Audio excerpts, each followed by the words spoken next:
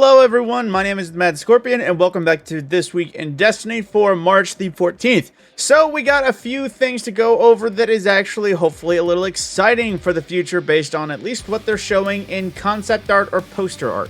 So just getting into the mix, Destiny 2 Into the Light starts on April 9th, and right now we get told that it's going to launch on April 9th along with update 736.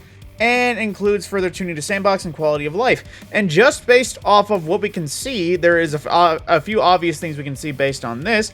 In the Light is possibly a... how do I say this? Well, not possibly. It might be a precursor that is a push into the final shape, obviously, because it looks like there is a hive invasion of the city, or at least a darkness invasion, because we have pyramid ships over the sky, friendly Scorpius turrets that have Vanguard markings on it, not to mention Red Jacks. So it's looking like it might be something crazy happening before final shape, or at least story happenings wise. But you know, we'll learn more in the future, because they actually tell us the first live stream reveal will take place on March 19th at, I believe, reset time. And there will be 2 subsequent developer streams in the following weeks, both at the same time. So make sure to follow the Destiny Twitch channel if you want to keep track of that, or just, you know, be ready. And while you earn, there's actually 2 emblems for 30 minutes of watch time and 2 hours of watch time. Those held Deer and Echo Diamond. Now, going forward as well, just real quick, make sure to link your Twitch and Bungie IDs to earn the drops. But then, enhanced traits more obtainable. So right now, enhanced traits are pretty much only earnable through weapon crafting or the adept raid weapons that can retroactively be, you know, enhanced. But on that note, they're also adding a few more things come final shape on June 4th.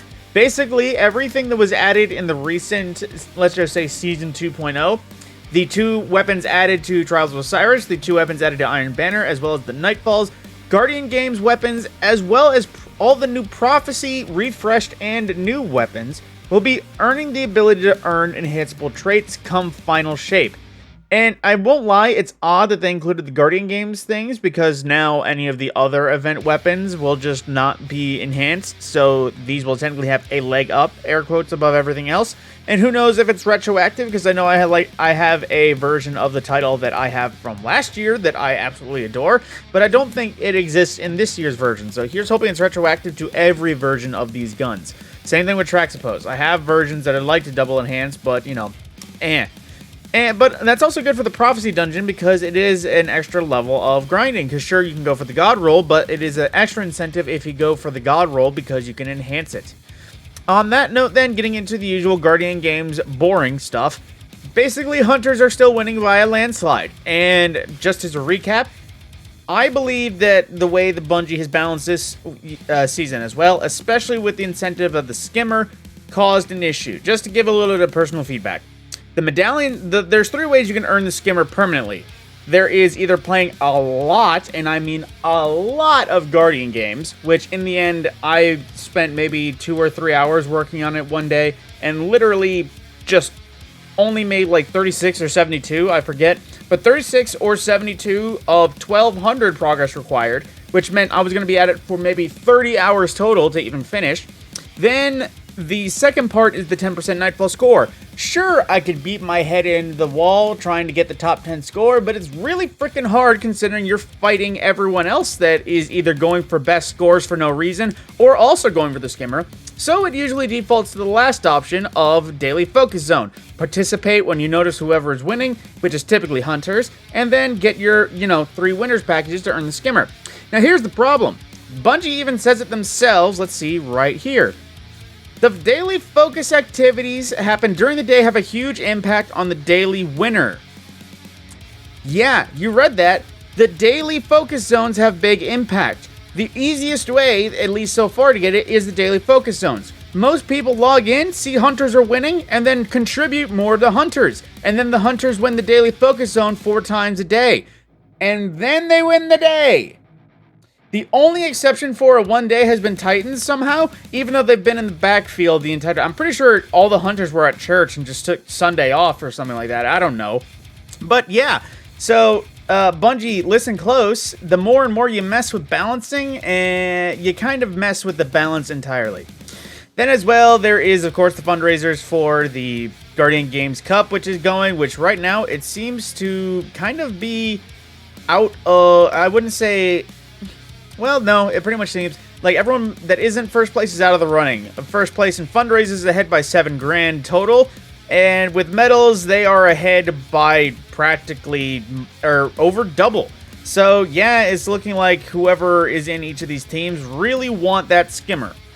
But aside from that, they added a few wallpapers, 9x16 for your phones, I believe, then 16x9 for your desktops, as well as social banners in case you wanted to put it on Twitter or your Facebook. But I doubt anyone wants to put Guardian Games specifically. And then finding Fireteam in more places. So this week we've updated the Destiny 2 companion app to support the current Fireteam Finder system. It's launching in beta, so bear with us if it's not working perfectly at first. The Legacy Find Fireteam will still work during this time, but our intention is to phase it out starting March 19th. The web version of the Fireteam Finder will also be available to players as a beta. Fireteam Finder on web and mobile apps brings additional features outside of the game to help you plan for upcoming events. When creating new listings, you'll have the option to create a Playing Now or Scheduling listing. Scheduling listings will not appear in-game until you activate them to become a Play Now listing. You are only allowed to have one Playing Now listing and must be logged into the game to activate. In the future, we plan to include notification support for Fireteam Finder in both the app and web versions, along for other improvements as we want to remove this beta tag. Stay tuned for more details. I'm not gonna lie, that part does sound good. I imagine it would be pretty simple if somebody is just playing a game, even if it's not Destiny, and suddenly get a notification on their phone that the raid or the Nightfall that they joined is active in 10 minutes. So they do like I would with Charlemagne, and just freaking boot up because, you know, it's scheduled. But then, of course, the usual player support report for what's broken and not working. So the player privacy and safety update and the ongoing efforts to promote player privacy and safety online. Basically, Destiny 2 requires date of birth. When logging in, players who haven't updated it on their Bungie.net profile will be met with a birthday screen that they can access Destiny 2. This is a one-time request and is mandatory for all players. Basically, if, let's just say, you're a child playing a Steam account that your parents made for you that doesn't let certain games in, based on, or doesn't let you in certain games because of rating or you're not old enough. Basically, if you want to play something before you're too old, this will be the lockdown, and I imagine if you already had something pre-existing, like I said, if you're, just to say if your parents are legal guardians and made your Steam account and you can't change it, yeah, that's how it goes. Then, as well, PlayStation voice and text chat is still broken. Yeah, so they're working on a fix for that, but, you know, Discord is always a thing. Then claiming your event card items. As always, the event card, among other things when it comes to these events, it will be no longer available as soon as the event ends. Not a, you can reclaim it from a tab, but you can't earn anything more. No, completely gone, no longer interactable. So make sure to claim everything when Guardian Games before Guardian Games ends, otherwise you'll lose everything in that card. Then as well, Code of Conduct updates. As the expanded new and exciting progress, revise the Code of Conduct with new community standards and codes of content. These updates outline the principles we asked our community to follow, fostering respect, fair play, and camaraderie, all of which is essential for the future. Now for the bugs chat. Already know about PlayStation. Skimmer grinding only works with the crouch toggle setting, but it doesn't respond to holding crouch. Investigating issue where the details screen under Ava's Guardian Games event information tag redirects players to purchase Destiny 2 the Witch Queen, which is not required for this event. The Last Right Scout Rifle uses the same visual appearance as the Prophet. No wonder, they're practically the same exact Scout Rifle. The drop-in and top-of-the-class Guardian Games All-Star main quest items remain available on Ava even after the players already claimed them. Final Strand quest is not progressing when Cabal Missive is acquired, and the Trials of Persistence Trials passive of Persistence will flaw if the first match on a card is a loss. Unfortunate, considering that's what is pretty much is meant to negate.